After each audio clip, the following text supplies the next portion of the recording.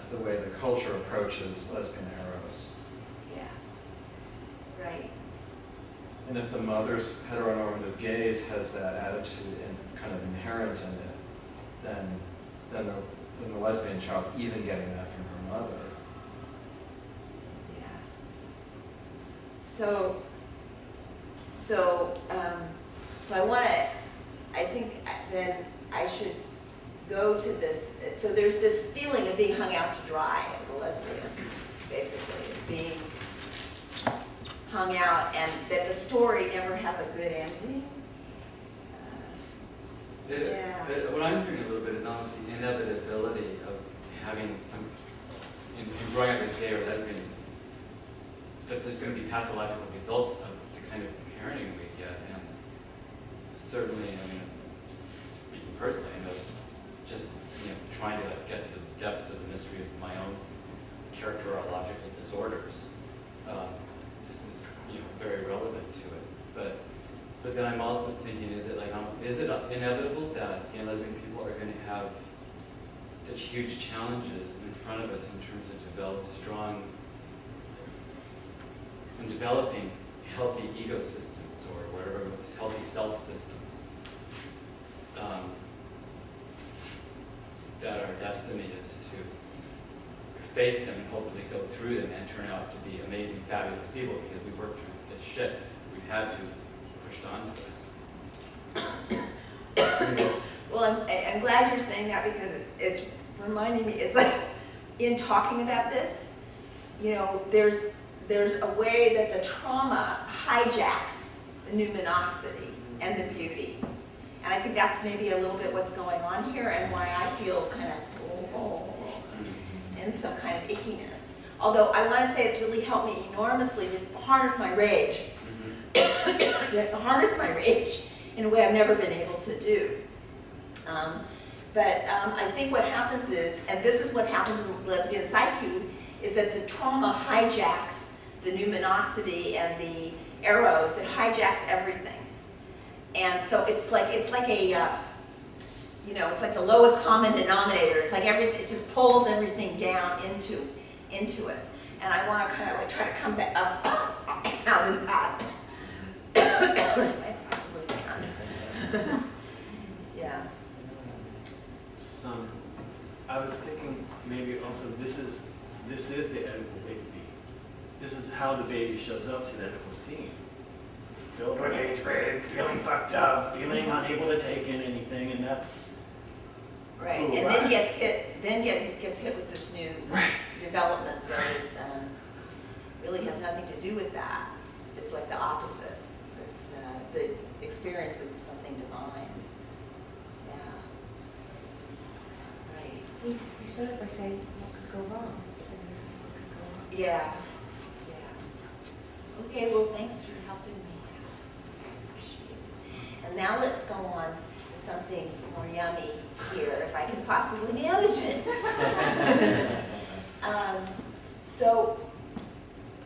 So then we have this situation, and we show up like this. This is more like it when the girl shows up to the edible stage. And up until this point, the mother is sort of like, she's, like I said, this sort of vague presence. She's a presence, but she's not like a person. As I was working with this, I have this Wonder Woman doll. And I started working with Wonder Woman and letting myself play with her erotically, which is like, that's forbidden, you're not supposed to do that. But I was playing with her erotically and really turned on by her legs. She's got these like, I have her here with me, actually. She has these like really long legs, and guess where they end? And I like stroking her legs.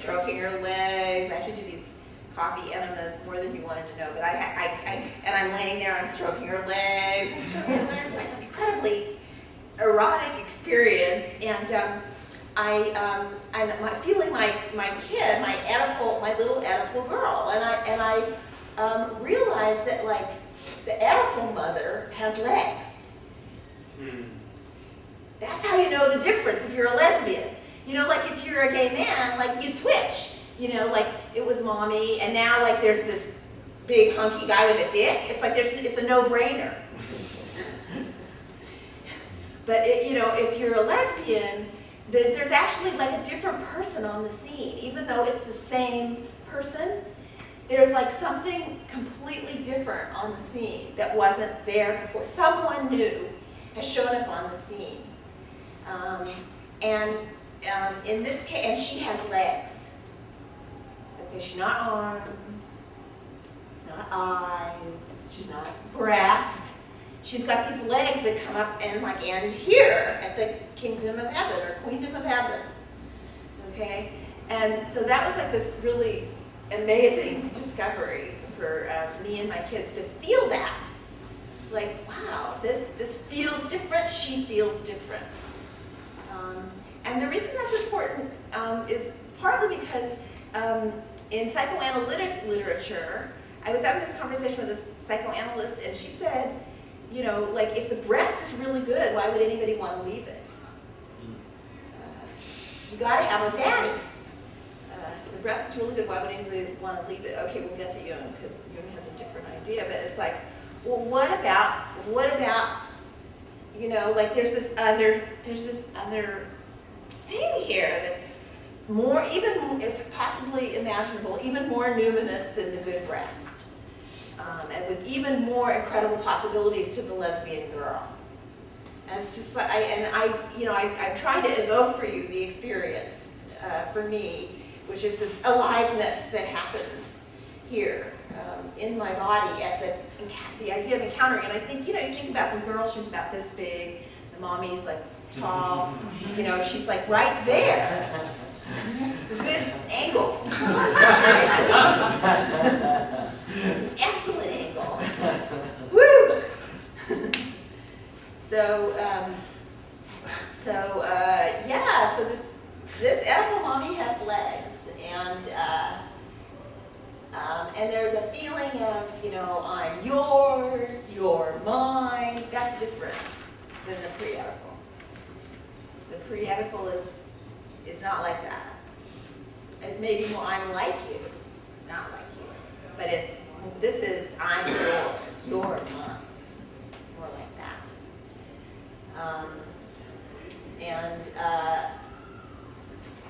So let me talk a little bit now about Freud and his article, because my kids just love this article. And the thing I love about it actually is that he does an incredible job of evoking what it feels like to get turned on, of lesbian eros, actually, a lesbian desire. And in fact, when I was, Flint was helping me and she was reading the article to me, and for the first time in many months, I was like, I got hungry. And I was like, I gotta get up and fix myself a sandwich.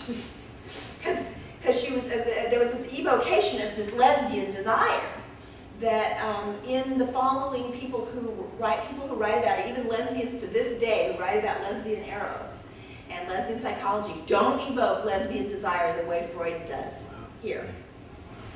He really gets it and gets into it. He makes some mistakes in his interpretations. But he tries very hard for a Victorian gentleman to be neutral and to actually understand.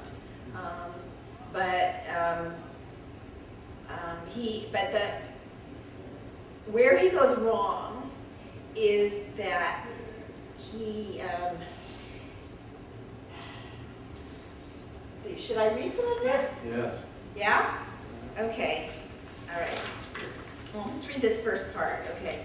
A beautiful and clever girl of 18, belonging to a family of good standing, had aroused displeasure and concern in her parents by the devoted adoration with which she pursued a certain, quote, society lady who was about 10 years older than herself.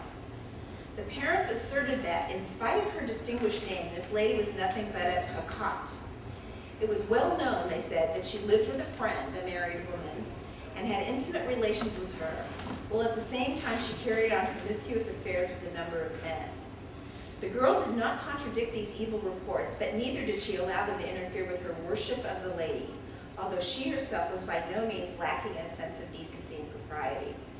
No prohibitions and no supervision hindered the girl from seizing every one of her rare opportunities of being together with her beloved, of ascertaining all her habits, of waiting for her for hours outside her door or at a tram halt, of sending her gifts of flowers, and so on. It was evident that this one interest had swallowed up all others in the girl's mind. She did not trouble herself any further with educational studies, thought nothing of social functions or girlish pleasures, and kept up relations only with a few girlfriends who could help her in the matter or serve as confidants. The parents could not say to what lengths their daughter had gone in relations with the questionable lady, whether the limits of devoted admiration had already been exceeded or not. They had never remarked in their daughter any interest in young men, nor pleasure in their attentions, while, on the other hand, they were sure that her present attachment to a woman was only a continuation in a more marked degree of a feeling she had displayed of recent years for other members of her own sex, which had already aroused her father's suspicion and anger. Very focused on the love object. The help with everything else, okay? Yeah, you know, I said a few months back how Kong in King Kong reminded me of this kind of this quality of love and adoration and tenderness, and you know, I don't want to do anything to you, I just want to be with you and be near you, and this incredible evocation of that. There's more, and I put more in here so you could get the feeling of it. The thing that happens is that Freud makes the interpretation that she decides to do it because she really wanted her father's baby, and the mother, here's where heteronormativity like completely blinds him. Like you're going along and it's like this wonderful story, and you're with him and you're with the like erotic story he's telling, and all of a sudden he's like telling this heteronormative story that's like, well, what are you talking about? You know, where are you getting this stuff from? He says, you know, that the mother had a baby when she was like 13, the girl was 13 or 14, and you know, his interpretation is that the girl wanted the father's baby instead of the mother having, and so the girl just felt so rejected by the father that she withdrew once and for all from men and pursued forever after women. And also that way her mother, who was narcissistic and needed a lot of attention from men, wouldn't be threatened by her.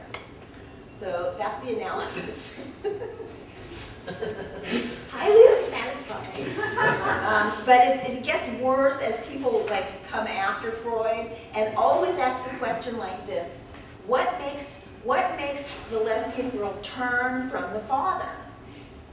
As if she was ever turning in his direction in the first place. You know, there's this the way the question is asked in all of the subsequent analyses is always framed like that.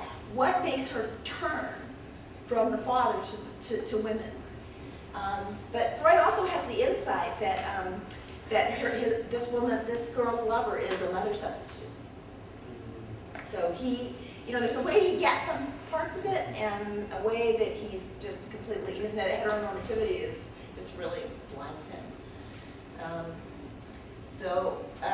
Nobody since him that I know of has like come up with an alternative explanation about lesbian development.